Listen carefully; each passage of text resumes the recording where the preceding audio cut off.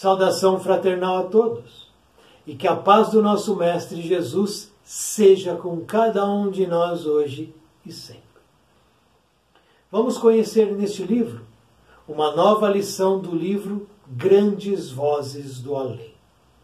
Um livro ditado por espíritos diversos e recebido através da mediunidade abençoada de Francisco Cândido Xavier. Conheceremos então a lição número 19 de título, O Enterrado Vivo, abre aspas. No horário das instruções em nossas tarefas da noite de 20 de outubro de 1955, o espírito M. Silva, trazido por benfeitores espirituais, veio até nós, ofertando-nos o relato de sua dolorosa experiência, que nos serviu de material a valiosas meditações e que passamos ao estudo de nossos leitores.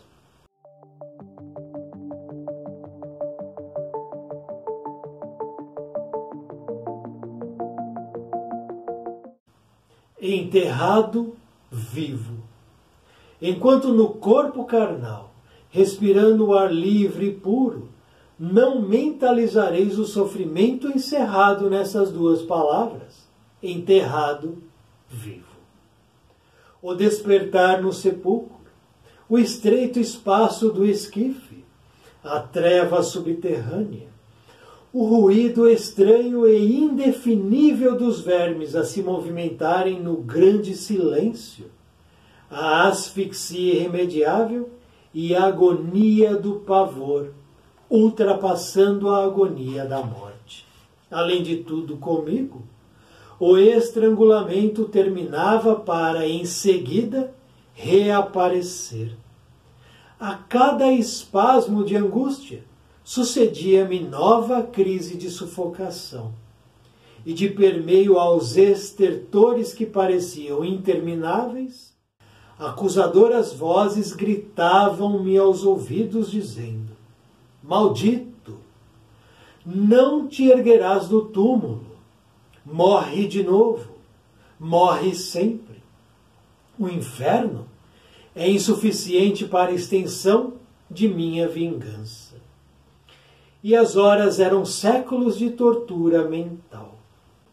Pouco a pouco, no entanto, adelgaçaram-se as trevas em derredor e pude ver, enfim, o duende que me atormentava. Lembrei-me então de tudo. Era um padre como eu mesmo, o padre José Maria. E a tragédia de 40 anos antes reconstituiu-se-me na memória. Eu era um sacerdote assaz moço, quando fui designado para substituí-lo numa paróquia do interior. Doente e envelhecido, morava ele em companhia de uma sobrinha neta, a jovem Paulina, cujos dotes de mulher me seduziram desde logo a atenção. Com as facilidades da convivência e suportando embora os escrúpulos da minha condição, ela e eu, depois de algum tempo, compartilhávamos o mesmo afeto, com graves compromissos. Transcorridos alguns meses de felicidade, mesclada de preocupação, certa noite, achando-nos a sós, o enfermo chamou-me às contas. Não seria mais justo arrepiar caminho? Como adotar a semelhante procedimento sob o teto que me acolhera?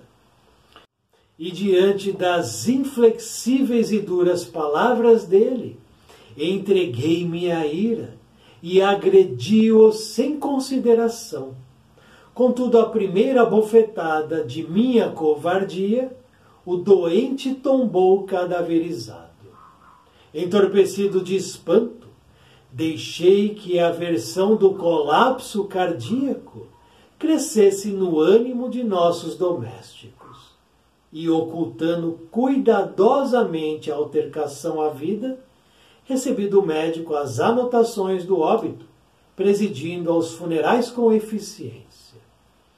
Findos os primeiros 7 dias de estupor e desolação, quando eu rezava a missa em memória do morto, eis que Paulina, asseverando enxergar o tio, enlouqueceu de inesperado, acabando a sua curta e infortunada existência no hospício. Desde essa época até a estação do sepulcro, meus dias rolaram tristes e vazios, como soe acontecer com todos os padres que usam a fé religiosa nos lábios, sem vivê-la no coração. Ah, somente naquele minuto terrível de reencontro, compreendi que o velho companheiro havia atravessado os tormentos do enterrado vivo, que eu também experimentava naquelas circunstâncias, para ressarcir meu turvo débito. O choque, porém, deslocou-me dos panos repelentes do túmulo. Senti-me inexplicavelmente libertado dos ossos que ainda me apresavam e, trazido ao solo comum, respirei, por fim, o ar doce e leve da noite. Ajoelhei-me contrito aos pés de meu credor e debalde supliquei piedade e perdão. O antigo sacerdote indignado desafiou-me ao revide. Não pude fugir à reação e engalfinhamo-nos em franco pugilato, mas nas mãos do padre José Maria, talvez alentados pela vingança, os dedos estavam convertidos em garras dilacerantes. Humilhado e vencido, confiei-me às lágrimas. Em preces de arrependimento e compunção, roguei socorro. Fui então recolhido por nossos benfeitores, e junto deles minha odisseia desceu da culminância. Internado num hospital e admitido a uma escola, tenho hoje a segurança que me conforta e a lição que me reergue. No entanto, quando retorno ao campo humano, seguindo de perto a equipe dos missionários do bem e da luz que nos amparam, sou novamente surpreendido pelo adversário que me procura e persegue sem repouso. Ainda agora, em vos dirigindo a palavra, ei-lo fora do círculo magnético em que a oração nos protege, exclamando desesperado: maldito sejas, teu crime é tua sombra. Como vedes, sou um companheiro que vos fala da retaguarda, um homem desencarnado entre os raios da esperança e os tormentos da culpa. Tenho a cabeça buscando as auras do céu e os pés chumbados ao inferno que estabeleci para mim mesmo. Para ser exato em minhas assertivas, não tenho ainda qualquer plano para o futuro, nem sei como apagar o incêndio de minhas velhas dívidas. Sou apenas um náufrago no oceano imenso das provas, recolhido por mercê da divina providência na embarcação da caridade, suspirando pela bênção da volta à vida física. Enamorado da reencarnação que hoje vos enriquece, e obedecendo aos instrutores amigos que nos inspiram, por agora posso dizer-vos tão somente: amigos, atendamos ao Evangelho do Cristo, valorizai vossa luta e abstende-vos do mal. M. Silva.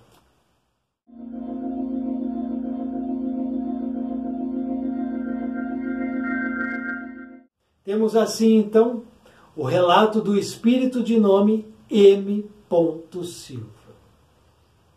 E esse relato tem 67 anos de existência. No próximo mês, em outubro, completará 68 anos de existência. O espírito relatou sua experiência em 20 de outubro de 1955. Quase 70 anos atrás. E temos aqui um relato absolutamente terrível e angustiante. Porque esse espírito, M. Silva, passou pelas mesmas sensações de quem é enterrado vivo. Ele não foi enterrado vivo. Não foi. Mas passou pelas mesmas agruras de quem é enterrado vivo. E por que isso aconteceu? Aconteceu por conta das atitudes que ele tomou em relação ao padre José Maria. Esse sim foi enterrado vivo. E esse padre, José Maria, transferiu sua raiva para M. Silva, buscando vingança, buscando fazer com que ele sentisse toda a aflição e a agrura que ele passou ao ser enterrado vivo.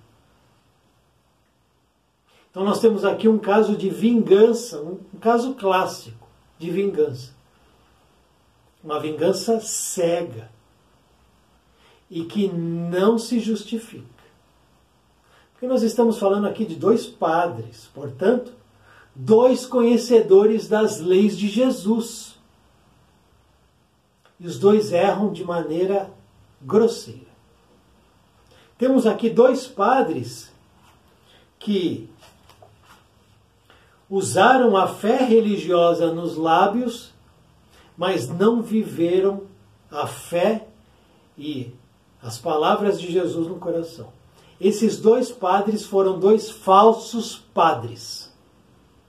E nós temos aos baldes os falsos padres, os falsos pastores, os falsos palestrantes espíritas e por assim vai. A falsidade permeia todas as religiões, em maior ou menor grau. Aqui o exemplo de dois falsos padres, que não praticaram nada do que Jesus os solicitou.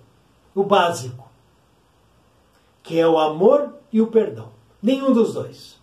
E os dois, portanto, passaram por situações terríveis, como ele diz aqui no seu relato. Imaginemos a sensação de estar sendo enterrado vivo. O despertar no sepulcro. Despertar no sepulcro. Os dois despertaram. O padre José Maria, o mais velho, despertou ainda no plano físico. Ele acordou. Porque quando ele foi agredido, quando ele levou a primeira bofetada do covarde padre M. Silva, ele tombou cadaverizado. Mas ele não estava morto fisicamente. Não estava. Ainda havia ali alguma atividade física. Mas, entorpecido de espanto, M. Silva deixou que a versão do colapso cardíaco crescesse. Que todos acreditassem que ele havia sofrido um infarto, quando na verdade ele foi agredido. A agressão gerou nele um impacto. Esse impacto no seu sistema interno gerou o que parecia ser a morte, mas ele não havia morrido. Não havia morrido. Ocultando cuidadosamente a altercação à vida, houve uma investigação. Recebi do médico as anotações do óbito. O médico também achou que ele estava morto. Temos a parábola de Lázaro, quando Jesus pede para Lázaro, levanta-te e vem. Ou a filha de Jairo, quando todo mundo dava ela como morta.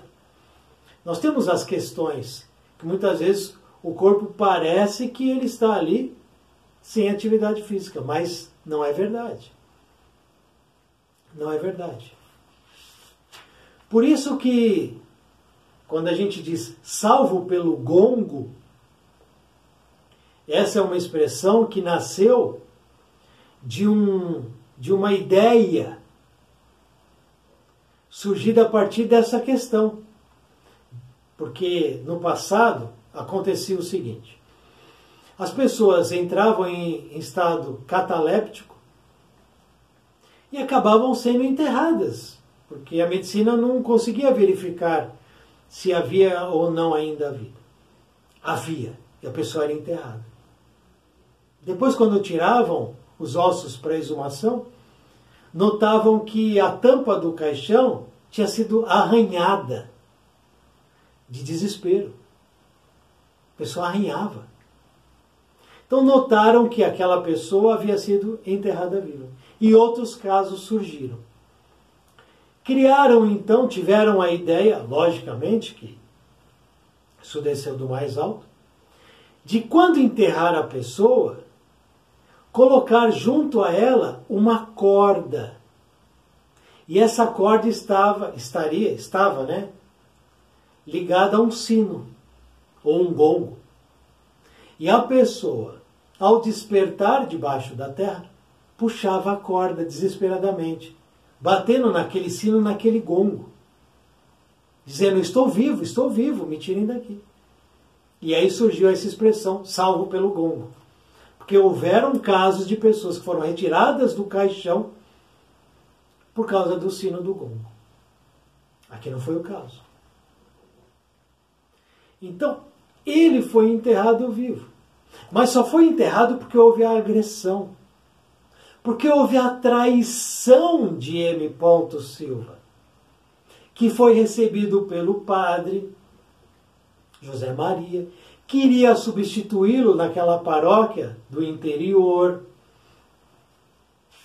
Havia ali então uma reciprocidade, um carinho, um afeto.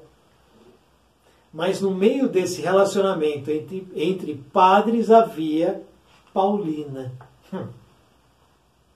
que era um teste, que era a tentação, que era uma prova para o espírito M. Silva. Para que ele pudesse vencer a ele mesmo, para que ele pudesse seguir no celibato, para que ele pudesse servir a Deus e a Jesus, e não servir aos seus desejos e às suas sensações de homem no plano físico. Mas ele perdeu essa prova. Então essa relação ficou absolutamente tumultuada. E o padre José Maria foi enterrado vivo. Morreu. Mas não morreu, porque a gente não morre. O que morre é corpo físico. No plano espiritual, ele vai então buscar vingança. E acompanha a trajetória desse padre que substituiu ele, padre M. Silva, que trazia a fé religiosa nos lábios, mas não vivia ela no coração. Os dias do padre M. Silva rolaram tristes e vazios, como suele acontecer com todos os padres que têm esse tipo de comportamento, até o seu desencarne. Quando ele desencarna, quem que está buscando vingança? Aquele que foi morto por ele. Morto pelas atitudes e ações dele. E ele quer vingança. Então, M. Silva sente o despertar no sepulcro, o espaço estreito do esquife, a treva subterrânea, o ruído estranho e indefinível dos vermes a se movimentarem no grande silêncio. Imaginemos isso. O barulho dos vermes naquela escuridão é de enlouquecer, né? A asfixia irremediável, a agonia do pavor, o estrangulamento que terminava para em seguida recomeçar, o espasmo de angústia, crises de sufocação. tudo o que o padre José Maria passou, M. Silva passou.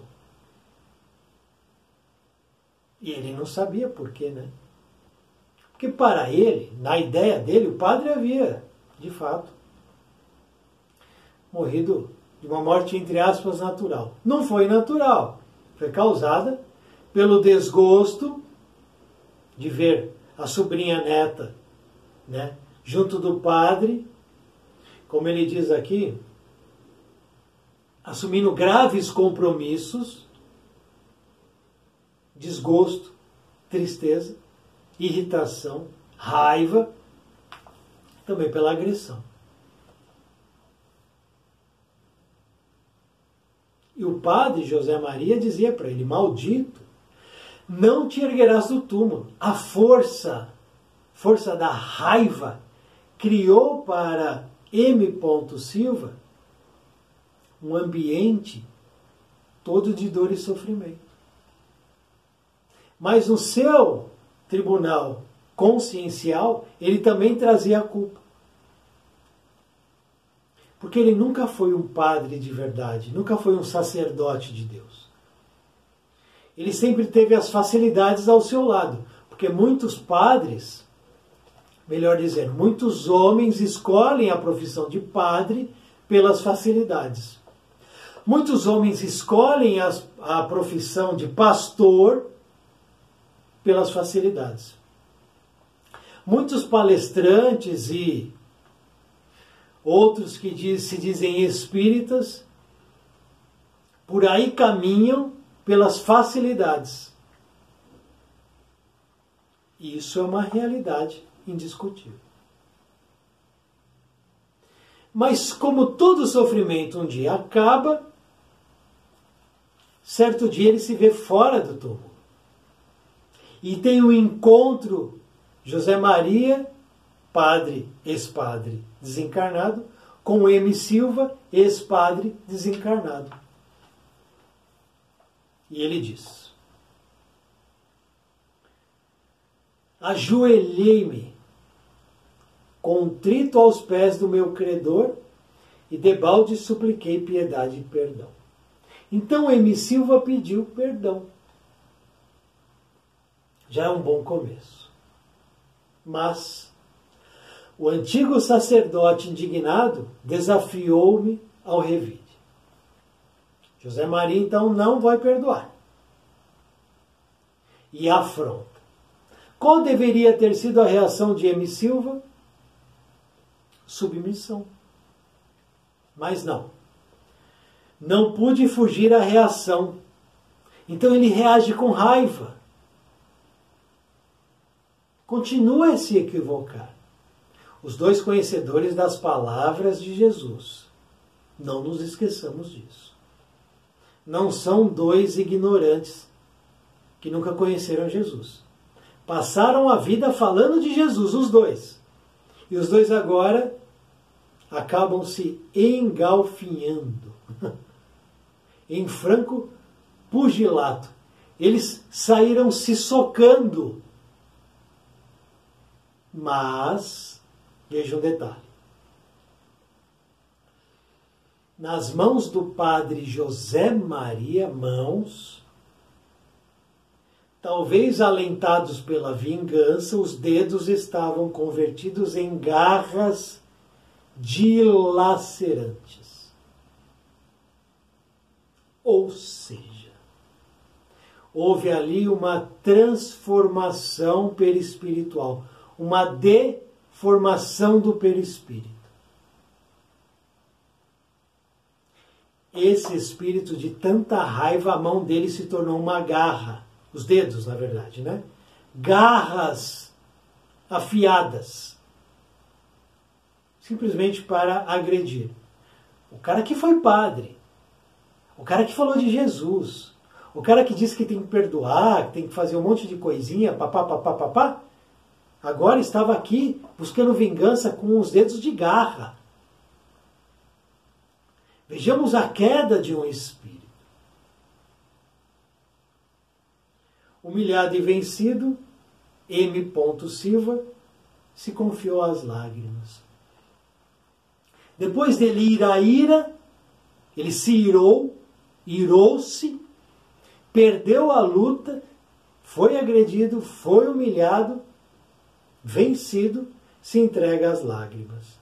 Aí sim, aí ele muda. Em prece de arrependimento e compulsão, roguei socorro. Aí começa a mudança. Vejamos que um só mudou. O outro padre, o José Maria, continuou buscando vingança. Por quê? No final do conteúdo, o espírito M. Silva nos disse: fui recolhido por benfeitores. Fui internado num hospital e admitido numa escola. Então ele é retirado da sombra, cuidado, tratado. Entra numa escola para estudar. E acaba por participar de uma equipe de missionários do bem e da luz. Ele já deseja participar. Vejamos a mudança de um e o estacionamento, a estagnação do outro. Ainda agora, em vos dirigindo a palavra, ei-lo lá fora, fora do círculo magnético, em que a oração nos protege. Nessa sessão mediúnica, onde M. Silva deu o relato, eles fizeram ali a oração, a preparação, criou-se então espiritualmente um círculo de proteção, um cordão de proteção ao redor deles. Então nenhum espírito penetra um cordão de proteção desse sem permissão. Por isso que o espírito José Maria estava do lado de fora, distante, mas ainda assim, xingando, buscando vingança, dizendo: maldito sejas, teu crime é tua sombra. Só que entre o período, da morte, do desencarne de M. Silva até o seu resgate, passaram-se alguns anos. Depois que ele foi para o hospital e para a escola, passaram-se mais anos. Então passaram-se muitos anos para que M. Silva pudesse se recuperar e mudar. Enquanto que o outro espírito endurecido não mudou nada. Continuou na senda vingativa. Porque todos nós podemos nos equivocar. Mas nós não podemos não aceitar a mudança. E nesse caso aqui, o espírito antigo, mais velho, José Maria, não aceitava a mudança. Nem o perdão, nem as sinceras desculpas de um espírito arrependido, que era M. Silva. Vejamos aqui no Livro dos Espíritos uma questão importante. A questão 887. Reflitamos sobre ela. Disse Jesus também, pergunta: amai mesmo vossos inimigos, coisa que nenhum dos dois estava fazendo. Depois M. Silva começou a mudar, mas José Maria não. Os dois padres então deveriam amar os inimigos, não o fizeram. Ora, o amor por nossos inimigos não é contrário às nossas tendências naturais? E a inimizade não provém da ausência de simpatia entre os espíritos? Essa é a pergunta. Não é natural, a tendência, que ele diz aqui, contrária, Amar o inimigo não é contrário à tendência natural da inimizade? Resposta: sem dúvida. Não se pode ter pelos inimigos amor terno e apaixonado. Não é isso que eles deveriam ter. Não é o amor apaixonado, terno, romântico. Não é. Não foi isso que Jesus quis dizer. Longe disso. Amar os inimigos é, atenção agora, perdoar-lhes e restituir bem por mal.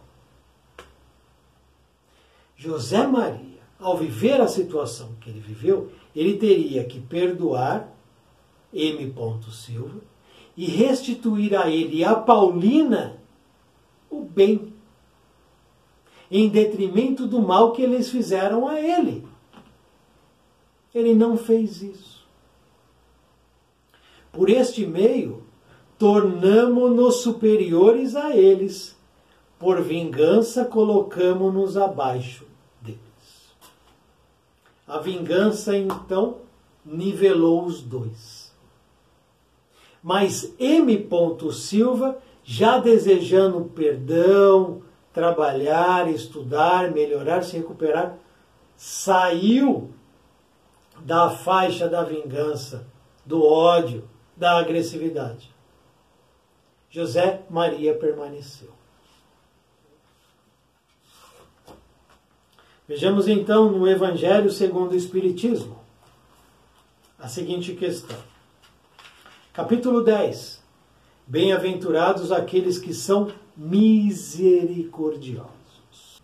Bem-aventurados aqueles que são misericordiosos, porque eles próprios obterão misericórdia.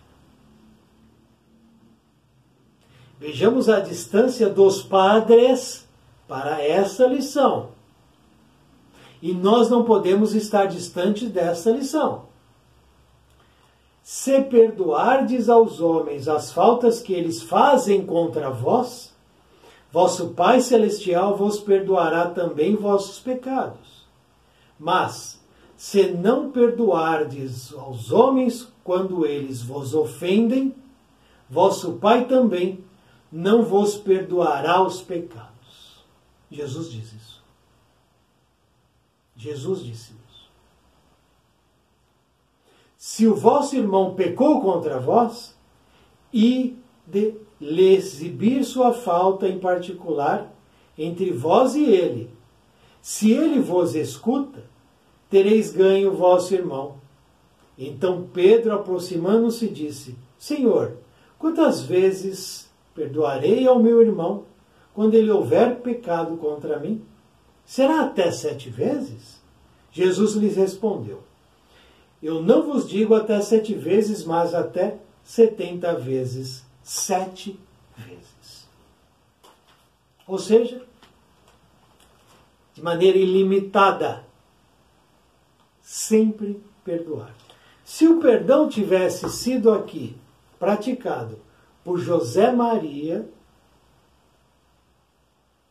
ele estaria em outro patamar, seria resgatado, seria auxiliado e trabalharia para auxiliar M. Silva e Paulina. E M. Silva necessita perdoar José Maria, que está enlouquecido. E ainda Paulina, que após a morte do tio, né? Tio-avô,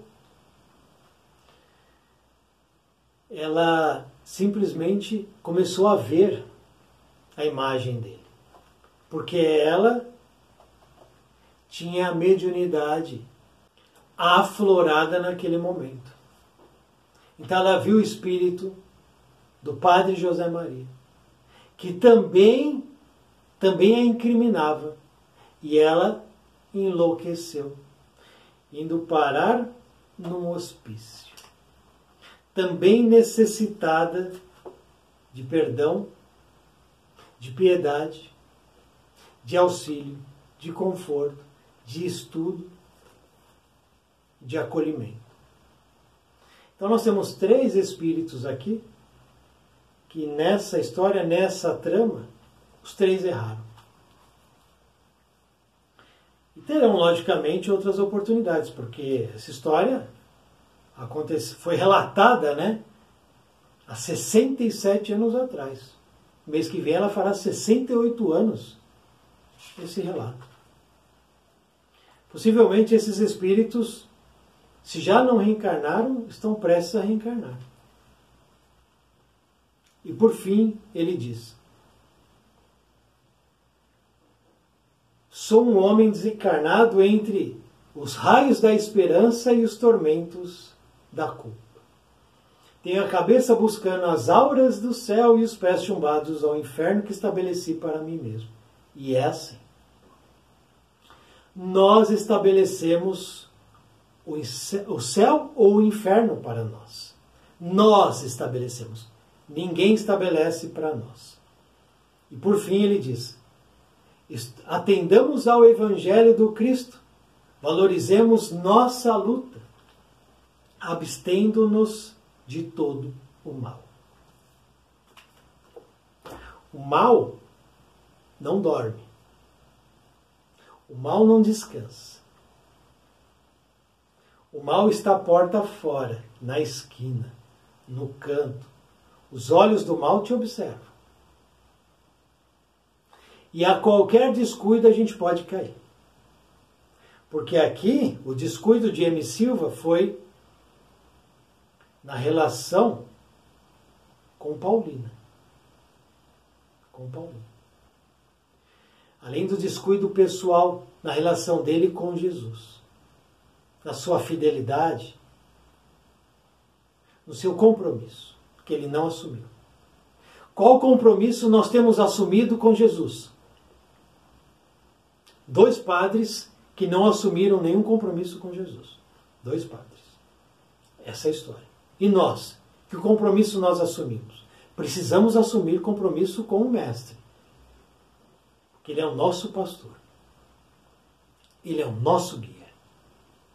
Ele é o nosso médico. Ele é o nosso professor. Não finjamos que essa realidade não existe. Porque se nós assim fingirmos, iremos cair seriamente. E a queda será grande.